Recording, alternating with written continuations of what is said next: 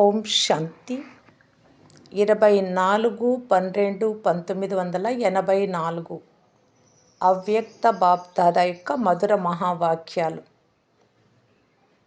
ఈశ్వరీయ స్నేహం యొక్క మహత్యం. ఈరోజు స్నేహ సాగరుడు తన స్నేహి చాత్రకులైన పిల్లలను కలుసుకునేందుకు వచ్చారు. అనేక జన్మల నుండి సత్యమైన ఈ అవినాశి ఈశ్వరీయ స్నేహం కొరకు దప్పికగొని ఉన్నారు. జన్మ జన్మల నుండి దాహంతో ఉన్న ఛాత్రకాత్మలకు ఇప్పుడు సత్యమైన స్నేహం, అవినాశి స్నేహం అనుభవం అవుతూ ఉంది. భక్త ఆత్మలుగా అయిన కారణంగా పిల్లలైన మీరందరూ స్నేహానికి బికారులుగా అయ్యారు.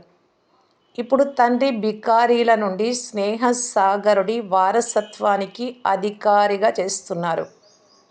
అనుభవం ఆధారంతో అందరి హృదయాల నుండి ఈశ్వరీయ స్నేహము మా జన్మసిద్ధ అధికారము అని ఈ శబ్దం స్వతహాగానే వెలువడుతూ ఉంది.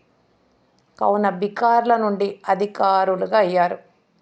విశ్వంలో ప్రతి ఆత్మకు జీవితంలో అవసరమైనవి స్నేహం. స్నేహం లేకుంటే జీవితం నీరసంగా అనుభవం అవుతుంది. ఈ ప్రేమ ఎంత ఉన్నతమైనది అంటే ఈ రోజుల్లో సాధారణ మానవులు ప్రేమను భగవంతుడిగా అంగీకరిస్తున్నారు. ప్రేమయే పరమాత్మ లేక ప్రేమ అంటేనే పరమాత్మ అంటున్నారు. కనుక భగవంతుని ఎంత ఉన్నతంగా అంగీకరిస్తారో స్నేహం కూడా అంత ఉన్నతమైనది. అందువలన భగవంతుడిని స్నేహము లేక ప్రేమని అంటారు. ఇలా ఎందుకు అంటారో అనుభవం లేదు. అయినా పరమాత్మ తండ్రి ఈ సృష్టిపైకి వచ్చినప్పుడు పిల్లలందరికీ ప్రత్యక్ష జీవితంలో సాకార రూపము ద్వారా బ్రహ్మబాబా శరీరము ద్వారా ప్రేమనిచ్చారు, ఇస్తూ ఉన్నారు.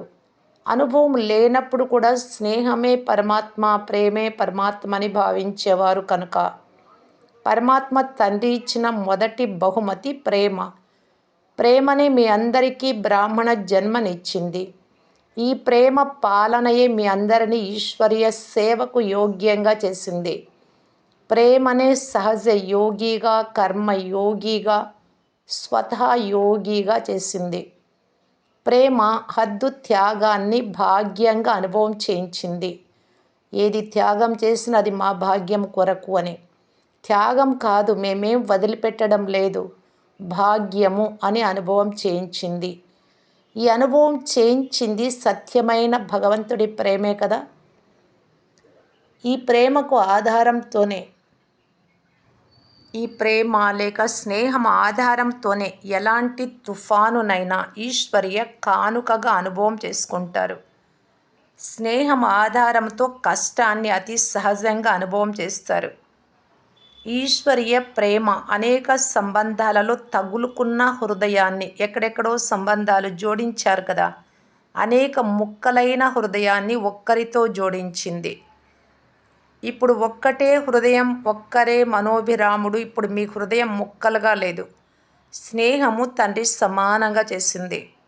స్నేహమే సదా తోడుగా ఉన్న అనుభవం చేసిన కారణంగా సదా సమర్థంగా తయారు చేసింది.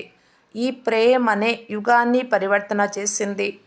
కలియుగానికి చెందిన వారి నుండి సంగమ యుగానికి చెందిన వారిగా చేసింది. ఈ ప్రేమనే దుఃఖము, బాధల ప్రపంచాన్ని సుఖశాంతుల, సంతోషాల ప్రపంచంలోకి పరివర్తన చేసింది. ఈశ్వరీయ ప్రేమకింత మహత్వం ఉంది. ఎవరైతే మహత్వాన్ని తెలుసుకుంటారో వారు మహాన్గా అవుతారు. ఇలా మహాన్ అయ్యారు కదా. అన్నిటికంటే సహజ పురుషార్థం కూడా ఇదే. ప్రేమలో సదా ఇమిడిపోయి ఉండండి. లౌలీనాత్మకు ఎప్పుడూ స్వప్నంలో కూడా మాయా ప్రభావము పడజాలదు. ఎందుకంటే లౌలీన్ స్థితి మాయా ప్రూఫ్ స్థితి. కావున స్నేహంలో ఉండడం సులభం కదా. స్నేహం చూడండి అందరినీ మధువన్ నివాసులుగా చేసింది. ప్రేమ కారణంగానే చేరుకున్నారు కదా. బాప్దాదా కూడా పిల్లలందరికీ సదా స్నేహీ భవ అనే వరదానాన్ని ఇస్తున్నారు. ఈ ప్రేమ ఏది కోరుకుంటే దానిని ప్రాప్తి చేసుకోగలిగే ఇంద్రజాలం. సత్యమైన ప్రేమతో, హృదయపూర్వక ప్రేమతో కోరుకోవాలి, స్వార్థ ప్రేమతో కాదు. సమయానికి ప్రేమికులుగా అయ్యేవారు కాదు. ఏదో అవసరం పడి ప్రేమ చూపించేవారు కాదు. ఏదైనా అవసరం వచ్చిన సమయంలో మధురమైన బాబా, ప్రియమైన బాబా అంటూ స్నేహాన్ని నిభాయించే వారిగా కాదు. సదా ఈ ప్రేమలో ఇమిడిపోయి ఉండాలి. ఇటువంటి వారికి బాప్దాదా సదా ఛత్రఛాయగా ఉంటారు. సమయం వచ్చినప్పుడు స్మృతి చేసే వారికి, లేక ఏదైనా ఆశించి స్మృతి చేసే వారికి కూడా యథాశక్తి యథాస్నేహం ప్రతిఫలంగా సహయోగము లభిస్తుంది. కానీ యథాశక్తి ద్వారా సంపన్న స్వరూప విజయం లభించదు. కనుక సదా ప్రేమ ద్వారా సర్వప్రాప్తి స్వరూపాన్ని అనుభవం చేసేందుకు సత్యమైన హృదయపూర్వక స్నేహిలుగా అవ్వండి. అర్థమైందా? బాప్దాదా మధువన్ ఇంటికి శృంగారమైన పిల్లలందరికీ విశేషంగా స్నేహపూర్వక శుభాకాంక్షలు తెలుపుతున్నారు. ప్రతి బిడ్డ తండ్రి ఇంటికి విశేషమైన అలంకారం. ఈ మధువన్ బేహద్దు ఇంటికి పిల్లలే అందం. స్వయాన్ని ఇలా భావిస్తున్నారు కదా. ప్రపంచంలోని వారు క్రిస్మస్ జరుపుకునేందుకు ఎక్కడికెక్కడికో వెళ్తారు. ఈ విశేష విదేశీ లేక భారత్ పిల్లలు గొప్ప రోజును గొప్ప కంటే గొప్ప తండ్రితో, గొప్ప మనస్సుతో జరుపుకునేందుకు మధురమైన ఇంటికి చేరుకున్నారు. ఈ గొప్ప క్రిస్మస్ రోజు విశేషించి తండ్రి మరియు దాదా ఇరువురి స్మృతి చిహ్నానికి గుర్తు. ఒకరు దాత రూపంలో శివబాబాకు గుర్తు మరియు వృద్ధ స్వరూపం బ్రహ్మబాబాకు గుర్తు. ఎప్పుడు యువ రూపాన్ని చూపించరు. క్రిస్మస్ ఫాదర్ను ఎప్పుడు వృద్ధునిగానే చూపిస్తారు, ముసలివారిగా. మరియు 2 రంగులు కూడా తప్పకుండా చూపిస్తారు, తెలుపు మరియు ఎరుపు. ఇది శివబాబాకు మరియు బ్రహ్మబాబా ఇరువురికి గుర్తు. బాప్దాదా చిన్న పిల్లలను వారి కోరిక అనుసరించి వాటితో సంపన్నంగా చేస్తారు, బహుమతులు ఇస్తారు. చిన్న చిన్న పిల్లలు చాలా ప్రేమతో ఈ విశేష రోజున తమ మనస్సుకి ఇష్టమైన వస్తువులను క్రిస్మస్ ఫాదర్ను అడుగుతారు, లేక సంకల్పం చేస్తారు. అది తప్పకుండా పూర్తి అవుతుంది అని నమ్మకం ఉంచుకుంటారు. కావున ఈ స్మృతి చిహ్నం కూడా పిల్లలైన మీదే. పాత శూద్ర జీవితంలో ఎంత వృద్ధులు అయినా బ్రాహ్మణ జీవితంలో చిన్నపిల్లలే. చిన్నపిల్లలందరూ ఏ శ్రేష్టమైన కోరిక కోరుకున్నా అది పూర్తి అవుతుంది కదా. అందువలన ఈ స్మృతికి గుర్తు అంతిమ ధర్మం వారిలో కూడా నడుస్తూ వస్తుంది. మీ అందరికీ సంగమయుగము అనే బహుమతుల రోజు. సంగమయుగమే బహుమతుల రోజు. కావున బాప్దాదా అన్నింటికంటే పెద్ద కానుక స్వరాజ్యం మరియు స్వర్గ రాజ్యాన్ని ఇస్తారు. దీనిలో ప్రాప్తించని వస్తువు ఏది ఉండదు. సర్వప్రాప్తి స్వరూపులుగా అవుతారు. కావున గొప్ప రోజును జరుపుకునేవారు గొప్ప మనస్సు కలవారు, విశ్వానికి ఇచ్చేవారు కనుక పెద్ద మనస్సు కలవారే అవుతారు కదా. కావున అందరికీ సంగమయుగి గొప్ప రోజున గొప్ప మనసుతో గొప్ప కంటే గొప్పగా బాప్దాదా శుభాకాంక్షలు తెలుపుతున్నారు. వారు 12 గంటల తర్వాత జరుపుకుంటారు. మీ నెంబర్ అందరికంటే ముందు ఉంది కదా. కావున మొదట మీరు జరుపుకుంటూ ఉన్నారు, తర్వాత ప్రపంచంలోని వారు జరుపుకుంటారు. విశేష రూపంలో డబల్ విదేశీయులు ఈరోజు చాలా ఉత్సాహ ఉల్లాసాలతో స్మృతి బహుమతిని తండ్రికి స్థూల సూక్ష్మ రూపంతో ఇస్తున్నారు. బాప్దాదా కూడా డబల్ విదేశీ పిల్లలందరికీ ఈ స్నేహ కానుకకు బదులుగా 16 రెట్లు సదా స్నేహిగా తోడుగా ఉంటారు. సదా స్నేహ సాగరంలో ఇమిడిపోయి లవ్లీన్ స్థితిని అనుభవం చేస్తారు. ఇలాంటి వరదానంతో నిండిన స్మృతి మరియు అమర ప్రేమను బదులుగా బహుమతినిస్తున్నారు. సదా పాడుతూ మరియు సంతోషంగా నాట్యం చేస్తూ ఉంటారు. సదా నోరు మధురంగా ఉంటుంది. అలాగే స్నేహి భారతదేశంలోని పిల్లలకు కూడా విశేష సహజ యోగి, స్వతహా యోగిగా ఈ వరదానపు ప్రియ స్మృతులు ఇస్తున్నారు. పిల్లలందరికీ దాత మరియు విధాత అయిన బాప్దాదా అవినాశి స్నేహ సంపన్న సదా సమర్థ స్వరూపంతో సహజంగా అనుభవం చేసుకొని ప్రియ స్మృతులు ఇస్తున్నారు.